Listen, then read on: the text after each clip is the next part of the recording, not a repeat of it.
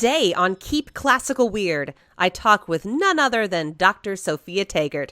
We have some reflections on the year behind us, the year ahead, but most of all, we gathered to say, Happy New Year! Happy New Year! It's 2021! It's not 2020! Oh my God! Oh my God, we made it!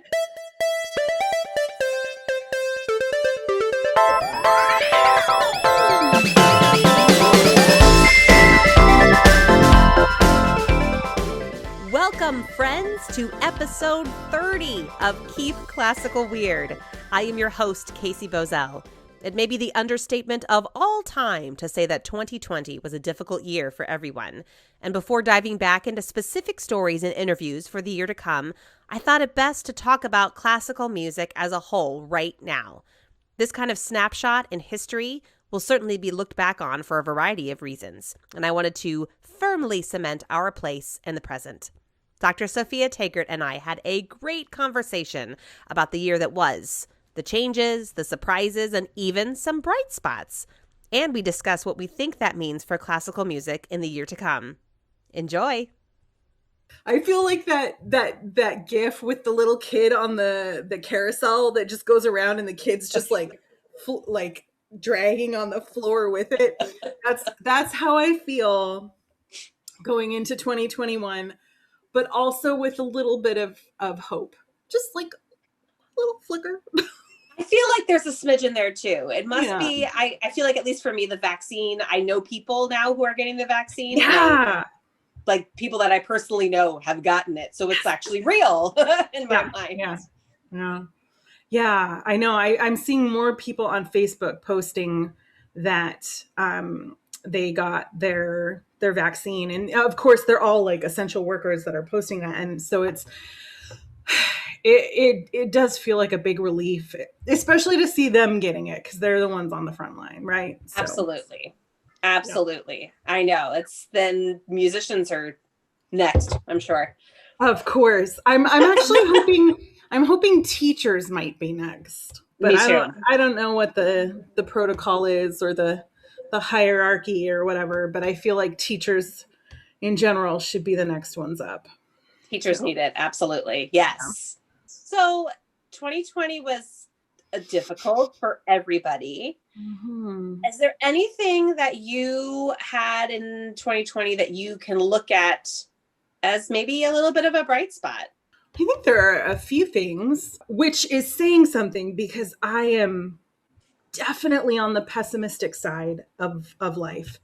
I don't look on the bright side of life, as Monty Python says, but I would say that some of the bright spots of 2020 in general were, I think people learned to appreciate things that they maybe took for granted previously. And I think one of those things might in fact be music. When it's not around you all the time and you don't have the option of seeing it live and hearing it live, I think it reminds us how important it is. And I think what caused us to think or to realize this is the second everyone was quarantined and everyone was online, like reaching out and doing little mini concerts, I think people realized how much they missed that, right?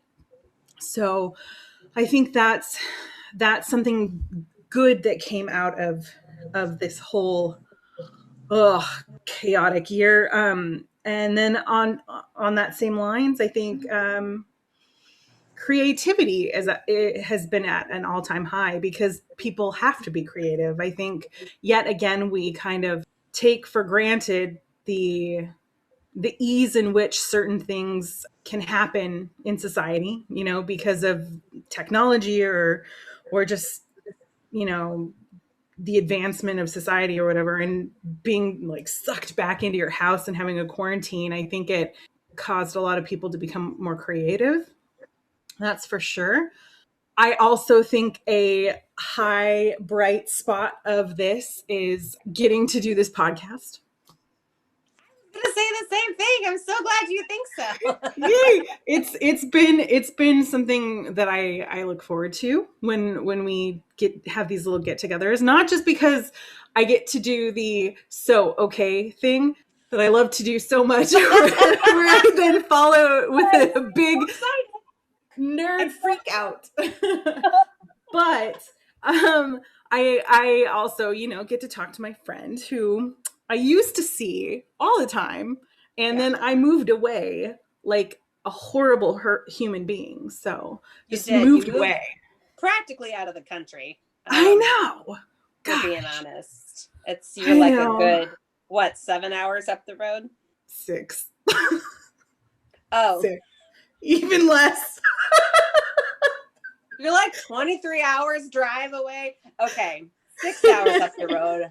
Yeah. So I think that this podcast has been a bright spot, and then just I would say that I tend to overload myself with projects and teaching and all sorts of stuff, and so I feel like I'm constantly running through the semester like a chicken with my head cut off, and I've got this project that's supposed to finish and this project that I need to get started and blah blah blah, and everything's piling up and I'm freaking out, and the stuff that usually makes me super busy has been stripped away, so I've actually had time to finish a project and then start the next one, and it made me realize how important it is to maybe have some balance in my life. That's great. And I love how you brought up the creativity too, because it made me so proud of like all musicians that we know, that everybody's response to not being able to perform was not like, well, I guess I'll just wait it out, or I'll put my instrument away or whatever. Everybody was like, how do we do it now? What do we need to create? What do we need to invent in some cases, just to be able to do what we do and present art to, our community as a whole, which I don't know how else we would have reacted really given the circumstances, but it's just it's so nice to know that that's at the core of what we do. Right. And I think it also, like, when I realized I couldn't have any concerts live, I figured out other ways to live stream it and do this and that. And it was never a question of whether or not I was going to do it. It was a question of how. And then you get done and I was like, I must really like the flute because I made this happen. Like I could have, just been like, I'll take some time off. But it kind of reaffirms that I'm in the business that I should be in. You're where you're supposed to be. Yeah, because it's what I love. Yes. So. Yes, I absolutely agree with that. I had another bright spot for myself, and that is that because of a similar schedule, I identify with a similar schedule to you of like going everywhere and doing everything all at once, that I rarely, if ever, before this, listened to music. I just didn't, because I'm always performing, I'm always whatever. And I had obviously heard of Caroline Shaw before this year. But I had never like actually come home and been like, let's check it. And it's so easy because it's like, let's literally open YouTube and boom, there's Caroline Shaw. But I'd never actually taken the step to do that until I was so starved and so desperate for like creativity and new music. And discovering her and her works was a real high point of mine. And her music is something that I find myself going to again and again. And I wouldn't have predicted that given her general aesthetic and her works, but I am into it. And so discovering new music like that, especially hers for me, that was a big bright point. That's awesome. Yeah, I guess that is something that I didn't really realize as well, but I have been listening to more music as well. I wouldn't say I've like discovered anyone new, but I have like really done some really nerdy stuff where I listen to like the same piece by like 5 different flutists. It's so nerdy. But then I like listen to them and I'm like, oh, this person does this and this one does this. And I like to compare and contrast, and it really, I never have time to do that. So this has been great. I also read a ton this year. I am on book 36 of the year. Yeah. Which you're kidding. Yeah. For some people, I think that doesn't seem like a lot. And for others, it seems like a lot. So for me, it's a lot. All right. Are you ready to move into 2021 predictions? Heck yeah. Let's forget about 2020. 2020, Okay. who? Good books. Great podcast. Woohoo. Next. Yes. Like, that's great. Moving on. Moving on. So I have a few things I want to discuss with you in terms of predictions. My predictions mostly center around the nature of how performances will continue into this new year and beyond. I think, just based on this last year, I think there will be a lot of changes. Some that will stick, maybe more long term. Like I think the live streaming aspect will probably not go away. I think more people will live stream all the time now. It doesn't mean they're not going to do the live concerts. I'm just thinking, a lot of people were not live streaming before COVID, and now they're going to probably Right. forever. I think actually, because of 2020 and just everything, and kind of, having all that time to really examine society, I think that we've seen an increase in awareness of having more diverse programs. With the composers or with the performers or what have you, and so I think we're going to continue to see that awareness of equity and inclusion on programs, and I'm really excited for that.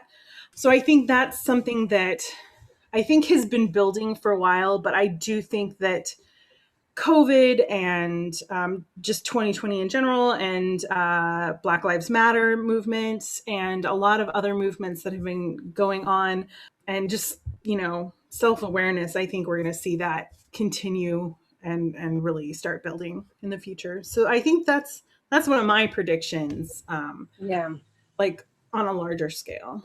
Well, yeah. So let's go back to the live stream thing. I'm in my mind, throughout 2021, I think people will continue to live stream for sure. And then once it's available to be in the hall for a concert, I think orchestra management, opera company, ballet companies, all of these managements have kind of an interesting problem on their hands, because there are now two different audiences that they have the capability of catering to. Yeah. But it seems to me that in order to get like the optimal both the optimal ticket sales, I would think, and the optimal value, you have to really succeed on both fronts. You can't offer both and not do well in one of them, right, and succeed. You know what I mean? Like if you offer live stream and you fill your concert hall, and then like 5 people are watching your live stream at the same time, that's a product that doesn't really bode well for you. It certainly doesn't bode well on the other hand if everybody chooses to live stream and then you don't get anybody showing up to the concert hall. That's even a more dangerous problem to me, because that's changing the fundamental nature of the product that you're offering. Definitely. I think the audience is such an important component of that live performance. I don't think, this is my prediction officially, I don't think in 2021, when live concerts will be able to be offered safely, I don't think people will have to worry right away about filling the concert halls. I think there's hunger there. I think there's a need there for people to actually attend concerts and have live music. But the honeymoon phase, I think, is going to be short. And I think people will have to think on their feet really quickly about not just offering music to music-starved people, but actually offering what people are really wanting and seeking out of their performance experience. Yeah, I think you're right. I think that they'll want to capitalize on the things that you absolutely cannot have in a virtual concert. So for me, that would just, the excitement of being in the hall, and and I think everyone understands how much more exciting it is to be at the concert, listening to it live and seeing it live, right? And as a performer being on stage, I did my faculty recital this year was live streamed, and there was absolutely no one in the audience. The only people in the entire hall were me and the engineer guy in the sound booth, and that was it. and and it was really weird playing, knowing that everyone was there but virtually. So I think yes, there are certain things that you need to capitalize on. So making that audience experience more inviting. So, definitely talking to the audience at home, or like, sorry, not at home, but in person. Right. But I also think, this, it might be simple and it might be kind of silly, but I think the part that I missed with that concert the most was when I got done and walking out of the stage doors, no one was there, right? To greet me and say, hey, and then after that, I couldn't like go out with my colleagues and go get a drink or, appetizer. So I think that in order to get people to show up to the concerts after the honeymoon phase is over, is maybe capitalizing on the pre-concert environment and the post-concert environment. So putting up flyers that say, concert, and then at the bottom put punch and pie, like Cartman with the La Resistance, right? So like if you offer punch and pie at these concerts, you might get more people. I mean, that might be silly, like just having a reception, but I think it's not. It's so important, and it when you invite the audience and the musicians to the same thing after the concert, then it takes away that divide and therefore that mysticism of what the heck is happening on stage. Yeah. Absolutely. Sure. I think that's great. I think that's really great. And yeah, I had a similar experience to you when I did a quartet concert in Newport. Because we did it, it was us. I think there were a dozen people in the hall between the recording artists and the director and the quartet ourselves, all playing this concert. And then, we did the same thing as afterwards. We all were like, well, we did this great concert. We're all masked. We come out, we can't hug each other. Yeah. And we're at backstage and all of this energy of having a really performance that we were really proud of. And then we went, well, bye. And that was it. And it was, such a letdown, because that's not what, that's when we have such elation like that, that's something to be shared. Yeah. I think that's where you can get people to continue to come back. I mean, and these concert managers, I mean, they might want to start purchasing some T-shirt guns or something to like. Oh my gosh, can you imagine? That would be so cool. Right? Yeah. Turn it into a sporting event almost. Yeah. That's amazing. Yeah, stop. I like that because you're not worrying so much about ruining the decorum or the air that you're putting on. Where you're presenting a piece of art, and it's a legit piece of art, really, no matter how you present it. That doesn't change the art at all. Yeah.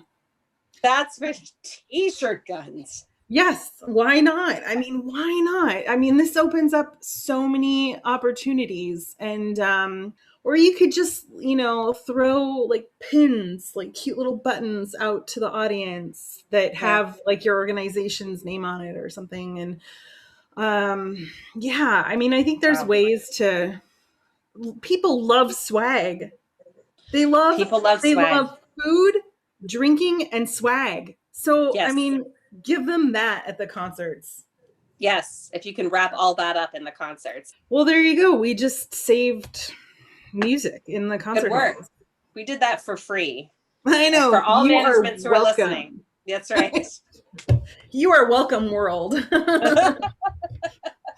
I am excited to see where this goes. I mean, it's a pretty huge, interruption to everything, and so I'm interested to see how things alter because of what happened with COVID. So yes, I agree. And also kind of, I guess this is another silver lining, is that the necessary adoption of technology kind of yanked our industry forward into that. I don't know I don't know how willingly classical musicians would have done that as a whole.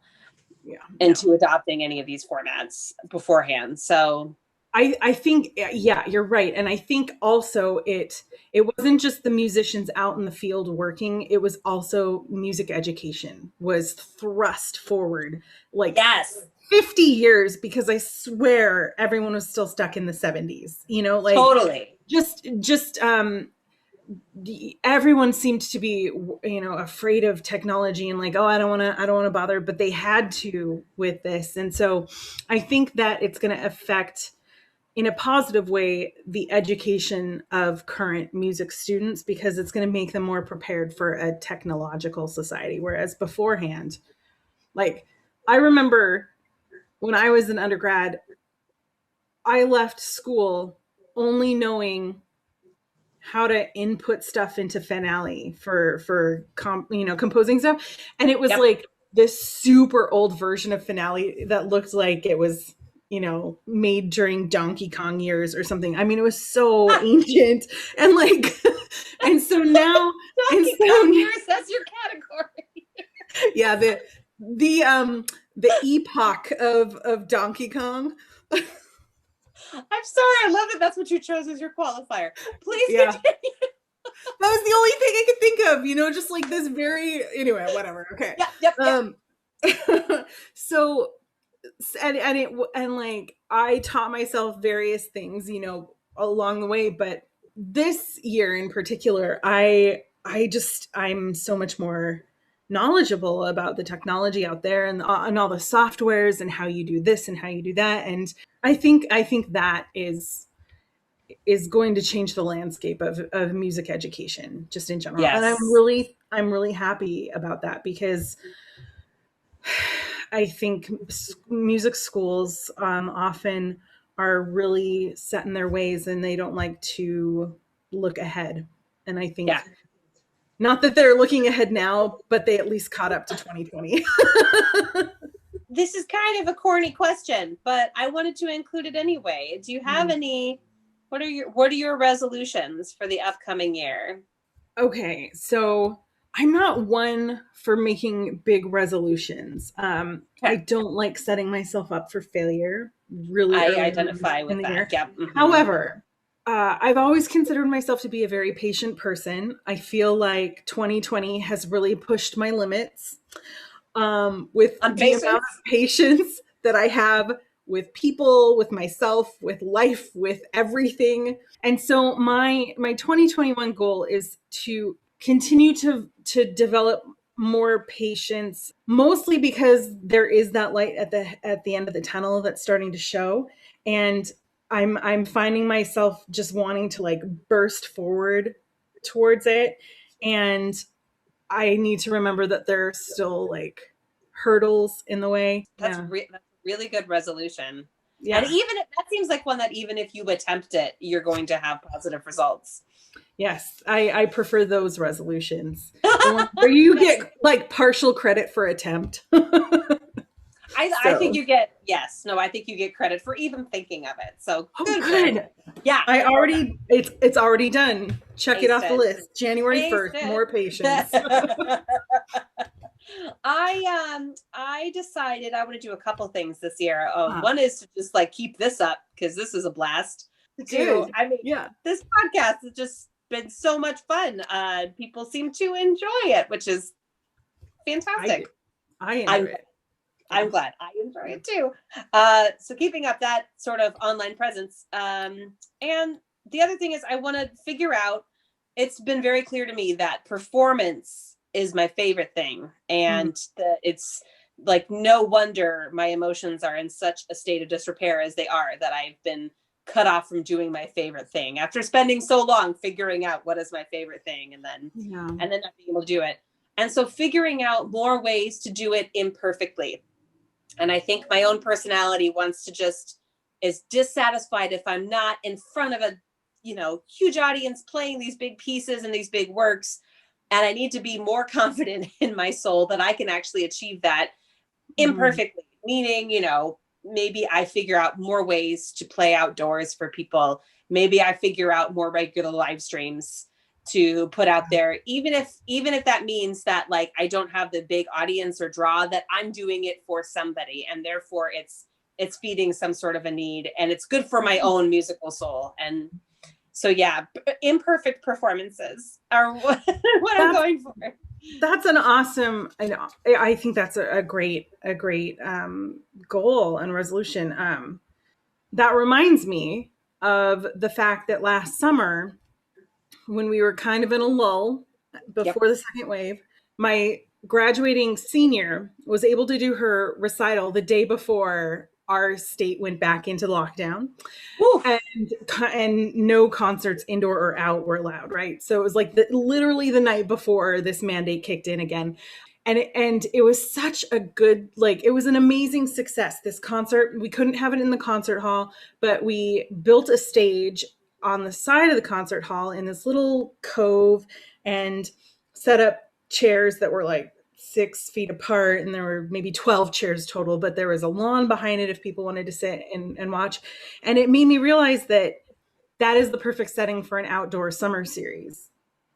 So I think, those imperfect, settings that are just, and people were walking by and they like listened for a few minutes and then kept going. And it made me realize that, like, even if no one's full on sitting there and listening to you, just having that concert and live performance sometimes just randomly brings joy to someone who's just passing by, And I think just giving them that brief momentary break from whatever they were doing to kind of listen and then continue on, I think that's something that we as musicians often don't remember is actually a big thing, because we're always pushing ourselves for the bigger thing, the next best thing. And I think you're right. Those moments for other people are good goals.